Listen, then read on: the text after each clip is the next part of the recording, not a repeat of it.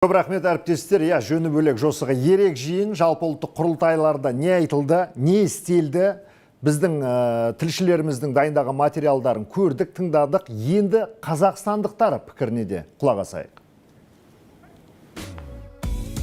Өте маңызды тақырыптар қозғалып жатыр. Соның ішінде әйелдер мен балалардың құқықтарын қорғау. Енді педофилияға қарсы заңдар күшейіп жатыр.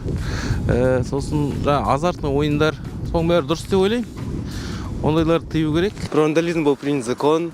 Құрылтай енді әр жерде өтуін қалаймыз. Өйткені дамуына, өркендеуіне жақсы деп ойлаймын. Алдында әйелдердің құқығы жайлы қабылданған заң өте маңызды болып келеді. Және де осындай заңдар көбірек талқыланып, алдыға шыға берсін.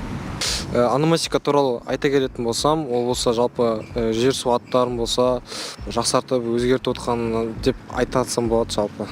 Менің ойымша ол өте маңызды, өйткені жергілікті жерде сол халықпен жолға отыра, солардың үнін ести отыра, жолдарын іздейтін бір құрылтай деп ойлаймын. Сол себепті тек қана іске сәт. Благодаря Курултай, получается, решились такие проблемы с азартными играми, которые на самом деле были очень насущными в многое время. И я рада, что это случилось наконец-то. И надеюсь, в будущем это будет дальше поддерживаться нашими людьми и будет, так скажем, работать дальше. Біраз шешімдер қабылданды.